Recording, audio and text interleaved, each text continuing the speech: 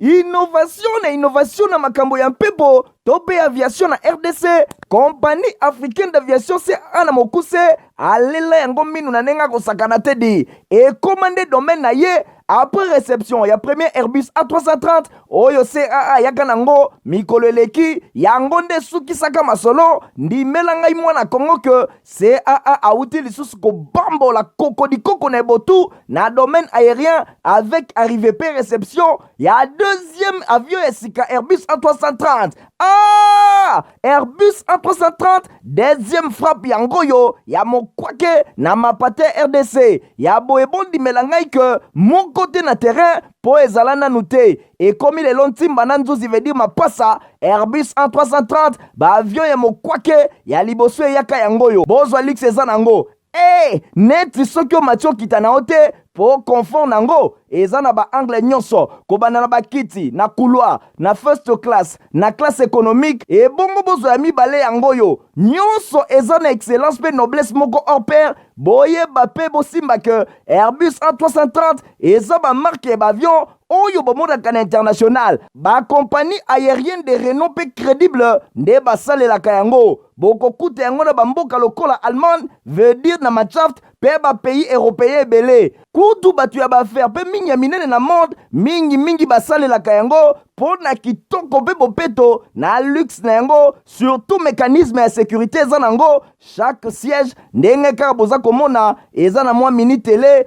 oyo kotalela bafilme ennui, fatigue, okotika la koyoka yango te USB na pointe pour na chargement ba téléphone tope ba utilité mosusu Airbus A330 ya mibale ya CAA ekomi eza na deux classes first class pour na bino ba grand monsieur na ba grande dame pe ba personnalité misusu ebele avec 36 sièges classe économique pe ezali po na bino bosalaka baaffaire pe bato nyonso ba amoureux ba voyage avec 267 sièges mokoka sala voyage dans ba meilleures conditions ndenge nanu ezala te avec Airbus A330 ya mibale ya CAA avion ya sika oyo uti kokoma ekwei deja na mabele timba na nzuzi lelo mibale moko te na Congo bana Congo pe bapaya basepeli oui CAA mfumu na ba innovation deuxième avion Airbus A330 yango ekomi Mardi, et là, on a voté la vidéo. Merci pour vous aider. Sur la télévision, on a vidéo pour la colonne info, la journal. Il y a peu pour la peuple, pour la journal, pour la commission électorale nationale indépendante, c'est une amoussiango. Il faut déjà ma porte. Il y a un bureau, il y a réception, il y a traitement, il y a ma candidature. Boba qui est président Denis Kadima, il y a Beta qui tourne na BRTC, à Lukunga, à Mwamba, Stéphane Skande, héritier, ma pinimba, parce que nous pas détail. Seni Denis Kadima à Sala qui visite na deux antennes, il y a bureau, il y a réception, il y a traitement, il y a ba candidature pour recevoir ba dossier, il y a ba candidature na députation nationale, l'antenne il y a limité où izwami na district il y a Mwamba, Mosikate na commune il y a Lemba, akende ki pe lisusu na Lingwala, l'antenne il y a Gombe, na district il y a Lukunga. Denis Kadima a solo na ba personnel oh bâti mis en place pour na la tâche oyo abakisaki na koloba ete sikoyo ekomi tu ya ba candidat bakende na ba parti politique na bango to pe ba regroupement politique pour na ko présenter candidature na bango biso tozali kozela bango maboko ya kofungwama seni azapre équipe ba matériel pe eza en place. Denis Kadima a précisé que moto oyo akozala na retard soki date limite ekoki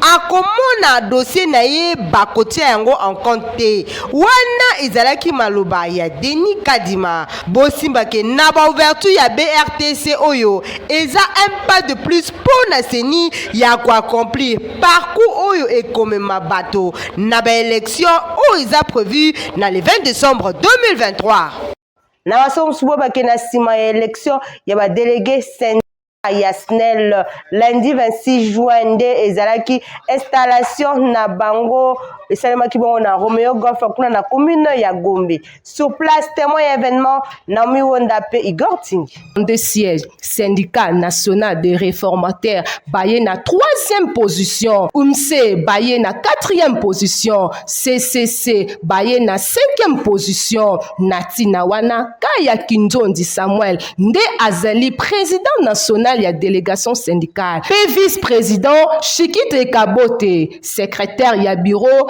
Kilambi Olivier, trésorier Ushi Mubiala pe conseiller Menda Katoum, nyonso elekaki kitoko. Président Kaya Kinzondi a promettre ko défendre ba intérêt ya ba travailleurs, surtout likambu etalu rémunération. DGA pe na ngambu na ye asepelaki ndenge makambu elekaki pe a promettre ko travailler main dans la main na délégation syndicale oyo. Na sima installation esalemaki epai wapi ba délégués syndicaux bazwaki ba document nyonso ya musala. Na micro ya Info Lingala, directeur général adjoint et longo na président ya délégation syndicale Balobaki Boye. Objectif est ba représentant ya syndicat na biso employeur to fanda esika moko to tala elongo le lenge nini to sala pour améliorer conditions de vie ya ba employé na biso. Merci beaucoup Mkola lelo ezali tout le monde installation on a biso la délégation syndicale nationale il y a SNEL et tout remercier Yambo Mokondjamboka parce que sans celui-là qui est na sommité Yamboka na kanti toko lelo toko sala ngote parce que le gouvernement a décidé et que l'élection est là syndicat na biso et gagner l'élection bongo zonksi confiance pas na biso nde lelo tozali installé. Président ya Konatese Sa Majesté Fumudi Fima ye azongaki na ville ya Kinshasa mokolo lundi 26 juin à partir ya rapport international ya Njili na sima ko participer na table ronde ya ambassadeur africain kuna na Paris. Nadine National Pesibino ba détail. Conseil national de l'autorité traditionnelle et coutumière du Congo Konatese la Mokuse mwana mboka Sa Majesté Fumudi Fima Ntinu asalaki tourner na bamboka ebele ndakisa Belgique, Hollande, Espagne pe a participé qui na table ronde ya ba ambassadeur ya Afrique na Paris. Sénateur belge Mampaka pe azalaki présent. Sa Majesté Fumudi Fima atalisi ke ba tombola ki penza mongongo pona kolobela Afrique pe République démocratique du Congo na makambo nyonso oyo ezali kosalema nde na bosilisi na table ronde oyo ba chef coutumier ba yokaki yango vraiment epesaki bango esengo makasi nde na bozongi na ye na ville province ya Kinshasa ba chef coutumier basanganaki lokola moto moko batondaki na aéroport international ya Njili pona koya koyamba Sa Majesté Fumudi Fima kuna babetaki bakelelo bayembaki manzembo babetaki makolo kobanda aéroport international ya Njili korta tina maison communale ya Kimbanseke epai wapi bayambaki bango kitoko epai ya bourgmestre ya commune oyo pona ko présenter ba civilité surtout que commune oyo ekangama na aéroport international ya Njili. Na micro ya Info Lingala Fumudi Fima Ntinu abeleli maki esali poso misatu na bamboka bapaya oto bengi mboka Bruxelles oto bengi mboka Espagne oto bengi mboka Paris oto bengi mboka Pays-Bas. Na niveau ya Espagne tozalaki en contact na royauté ya Espagne mpona kotala na niveau ya reine ya Espagne oyo esengeli tokoki kosala eloko. Na niveau ya Bruxelles tozalaki conduit na niveau ya Sénat na Parlement belge, d'abord pour faire la visite et puis voir ba contact au pays nous avons. Nous en a posa kimia izonga na Congo, nous en a posa kimia vanda na Afrique. Nous en a posa okoko et vanda sa mokilio yo kimio toza Congo. Mais na sengi na chef de l'État. Chef de l'État mokolo tokutana ki na likulu ya batali bala na baki. Yo ndenkumu ali boso zolo bate. Mosalo nyonso bitumbo nyonso tozobunda soki komi na suka bobokoma. Oke ko créer biso bata. Benga ministre intérieur la secrétaire des affaires coutumières pas continuer biso kibia mosala tozo sala yeza la teke biso to kundaka allez bokibo bako fabriquer motu na kwa aya ko bebisa ba chef on a sepeli mingi bango nyonso ba yeko zelanga pleine na bango za nini oyo mokilo elingi le chef de l'état Jean Makano maboko pesa biso kibia. Maître John Koulenfouka Mpesa ye a défendu ki week-end eleki mémoire na ye ya DS na département ya droit privé judiciaire kuna na Unikin liboso ya ba éminent professeur Michael Bristoto apesi biso ba détail.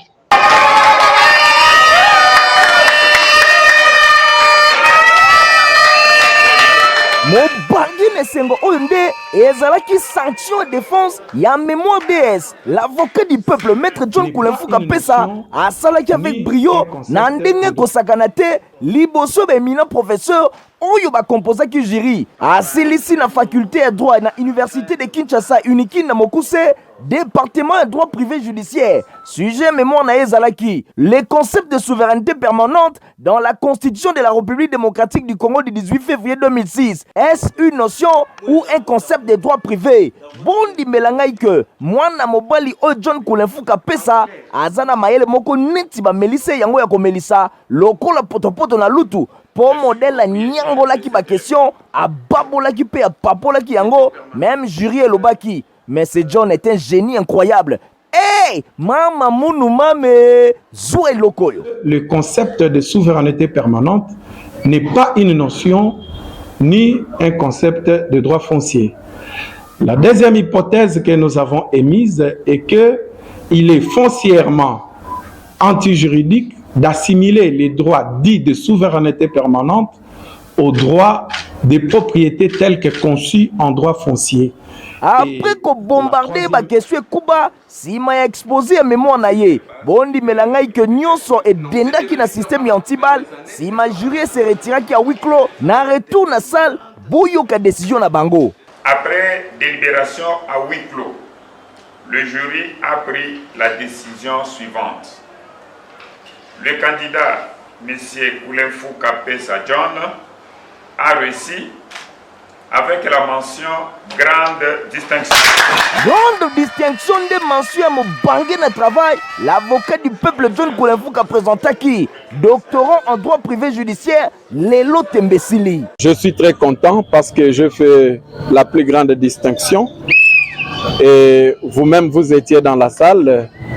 Vous avez vu de quelle manière l'évaluation s'est déroulée. Et ici, je rappelle que nous sommes à l'université de Kinshasa. Allez-y comprendre. Moka koswana yo moto bazobenga le fichu molobeli ya bana changu bobonga makamaboko polele pona koyamba ye l'avocat du peuple maître John Koulenfouka Mpesa alongi na ye Tembesili. Midi en prière, Bango Baza Kolenge la croisade miracle mardi 27 juin, Timokola jeudi 29 juin, l'église mission apostolique Golgotha, Mokola ya samedi 1er juin à partir de 9h 16h, Isako Kozala Bongo, na centenaire protestant ya Lingwala. Une fois de plus, Nadine Asson.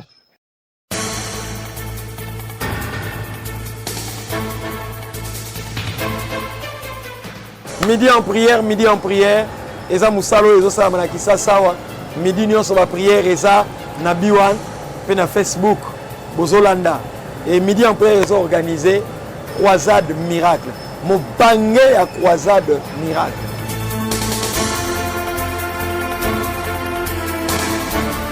Mama papa elenge kovanda na ndako te biso nyonso samedi 1er juillet na centenaire protestant na ngonga 9h batei. Pasteur de Delando, visionnaire à midi en prière. Pasteur Kalika Senda, il y a la parole éternelle.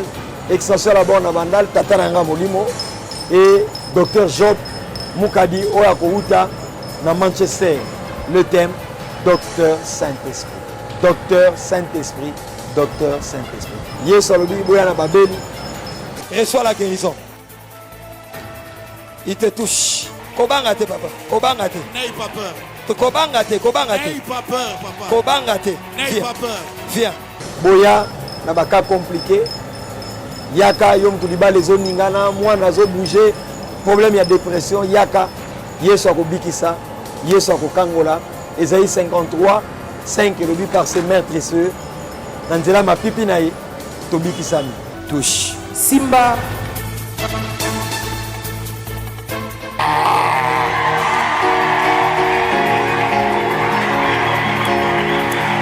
dit, elle a 3 hernies discales.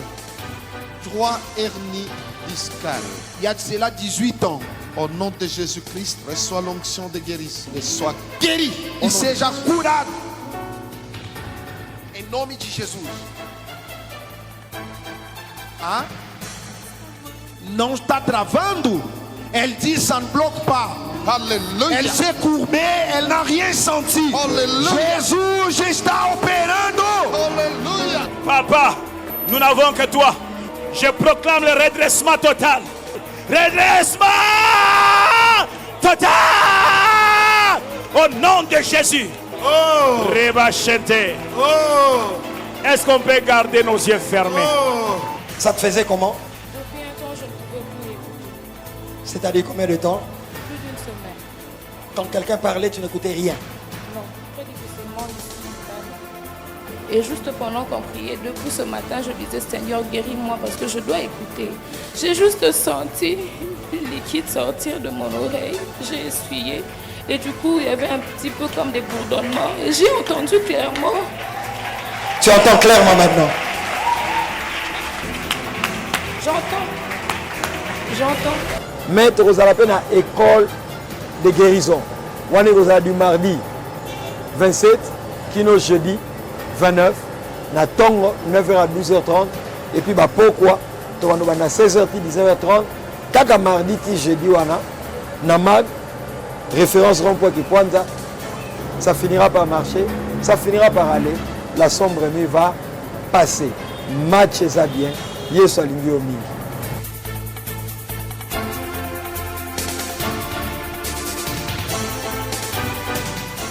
Solo ya centre de réveil spirituel na bokamemi évangéliste Claude Kabundi Wale Sabango baza kolengela veille monene de prière mokola vendredi 14 juin pour na stade de Martyrs Nadina Sona.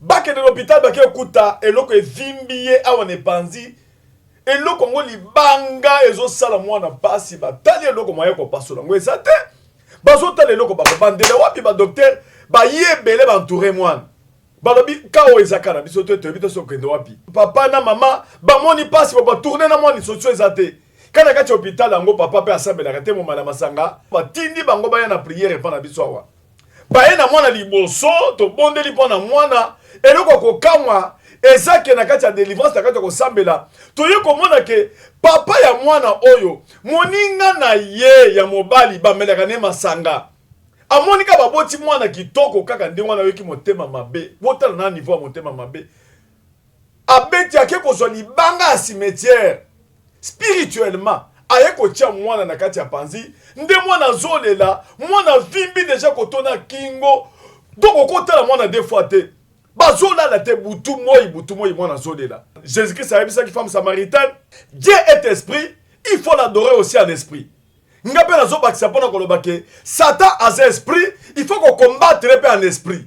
Wana pona ko yebisa ba tokezela ba bituma moko spirituel ba limitation ba maladie ba motema mabe ba réclamation ba fondement on nous ça na niveau spirituel il faut que muto asana don ou azapena eloko moko azo ti yango pona batu.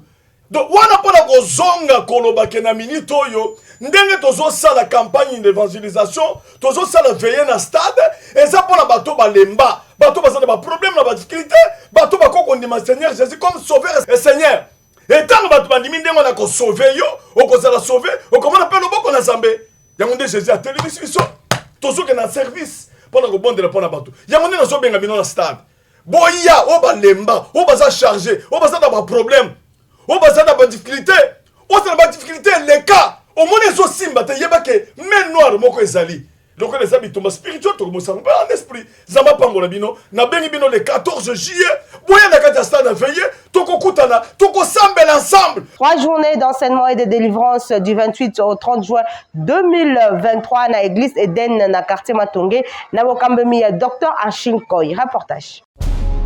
Ministère de délivrance intégrale, Église Eden, Babengisi Bananzambe Nyonso ya RDC en général, en particulier ya ville ya Kinshasa, na 3 journées ya enseignement, ya délivrance. thème na yango ezali le mystère de la croix. Le mystère de la croix. Mabomba mi ya ekulusu ekobimisama epai ya docteur Achille Nkoi Impoko yende mokambi ya Église Eden bobengisami bino nyonso boya ebele. Thème oyo le mystère de la croix ekobimisa mabomba mi ebele ezali tiré na livre ya 1 Corinthiens chapitre 1 verset 17 à 18. Bon simba ezali mokolo nini mercredi 28 juin kino mokolo ya vendredi 30 juin 2023 na Église Eden oyo ezwami na adresse oyo simba yango avenue Ikelemba numéro A9 quartier Matonge na commune ya Kalamu, référence deuxième niveau en face ya hôtel Inter Matonge. Biso nyonso tokutana na lipamboli na biso pour être jour le 30 jours jour à indépendance to kangola mape na lipanda na biso spirituellement to saisir l'opportunité oyo kozanga tende ko yaka yako saisir l'opportunité oyo orateur na kati dans likambo ezali ngai humble serviteur la bino le docteur Achille Nkoi.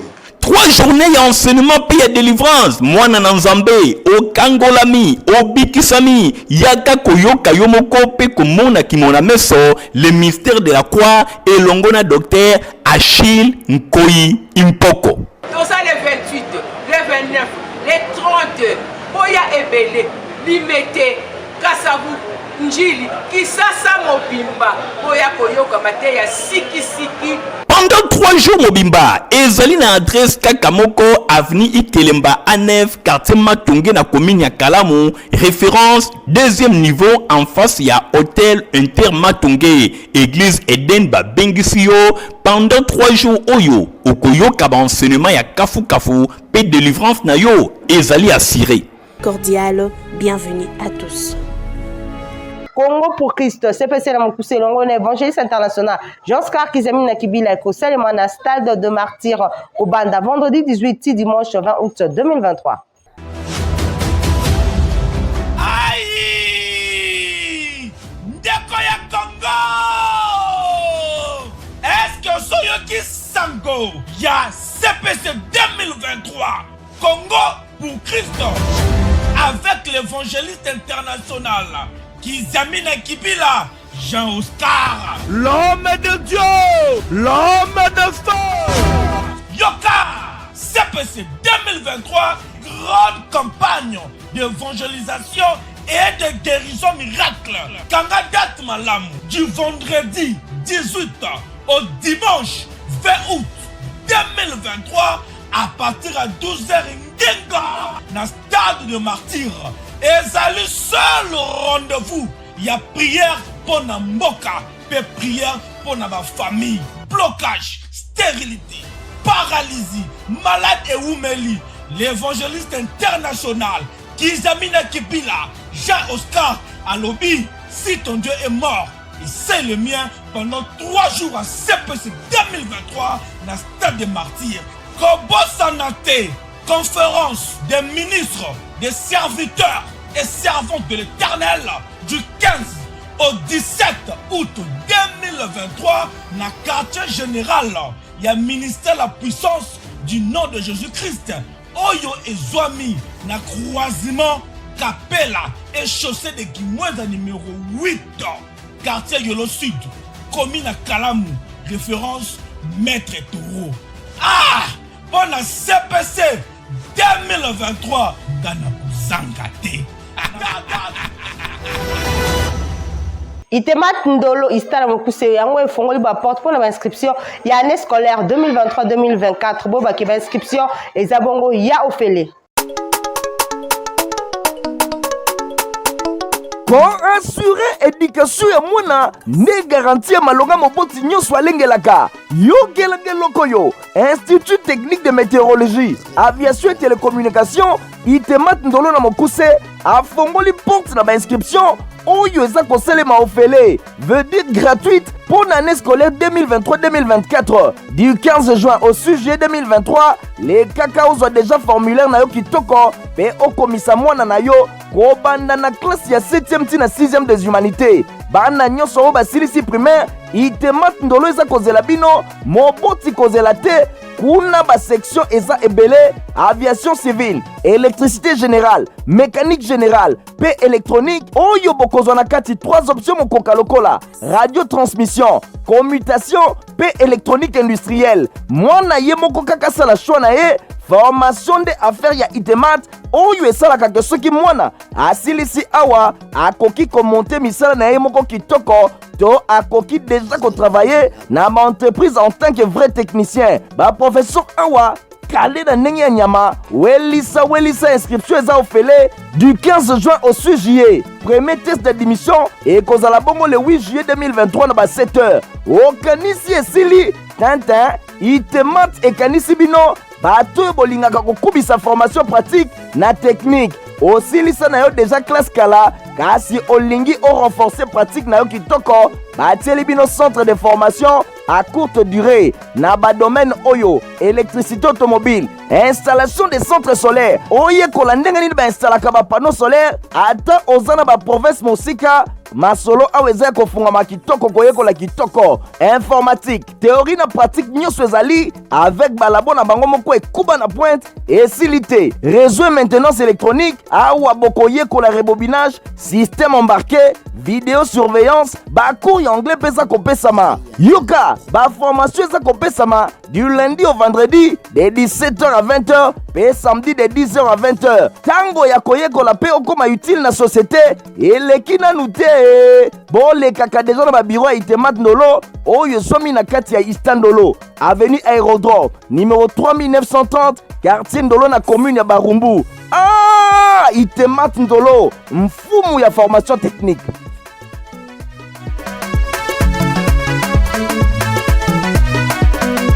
Salle de fête le débonnaire na commune ya Kalamu eza cadre kitoko pona ba fête na bino ya mariage, anniversaire pe bongo na bongo. Dombe dolongo anza Michael Bristo to apesi bino ba détail. Eye ya bino na mboka yango yo ofandaka na étranger to awa kaka na Kinshasa, solution hébergement pour na bino yango yo monani di tunanga nini les débonneurs yango yo véritable flotte ya mpifo ya mokwake deja kobanda na couleur ya pamba ndenge ka bozomona yenga ye bling bling na ndenge ya nyama ebongo zwa sikoyo ba chambre luxe pe noblesse na ndenge ya 2 fois te na les débonneurs bokozwa ba appartement ya chambre salon équipé to meublé na kati bokokuta nyonso ezali bambetu ya mokwake mosuni mwete neti mpose na salon bokozwa ba photo ekuba plus salle à manger ata oyambi na bapaya awa okomitungisa ta mokete po bakozala suka na lezi ya kosakana te. Cuisine ya kitoko ya mokwake ndenge boza komona ezali na kati mpona belubu bondimela ngai ke ata boza couple to famille bokoki kovanda na baappartement oyo kitoko esili te. Bachambre simple mpe ezali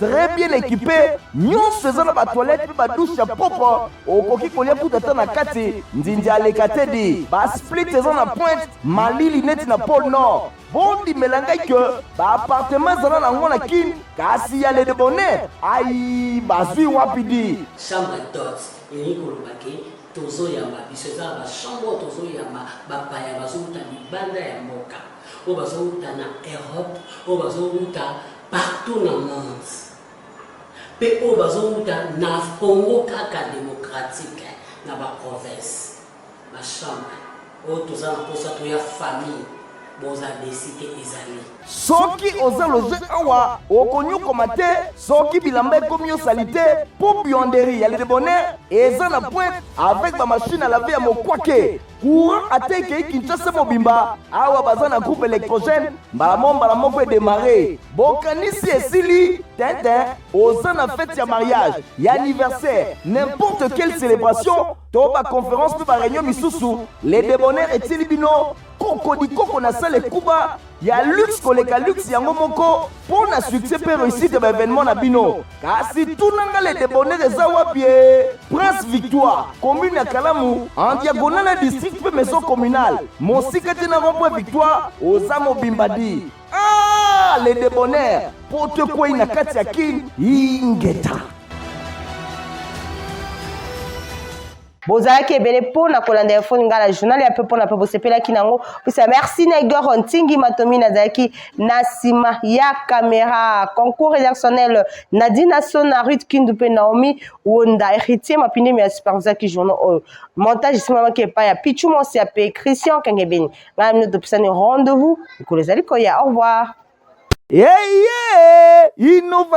Innovation na makambo ya mpepo tope aviation na RDC compagnie africaine d'aviation CA na mokuse alela yango minu na nenga kosakana te di et commandé domaine na ye après réception ya premier Airbus A330 oyo CAA yaka nango mikolo eleki yango nde sukisaka masolo ndimela ngai mwana Kongo ke CAA auti lisusu kobambola kokodikoko na ebotu na domaine aérien avec arrivée pe réception ya deuxième avion esika Airbus A330.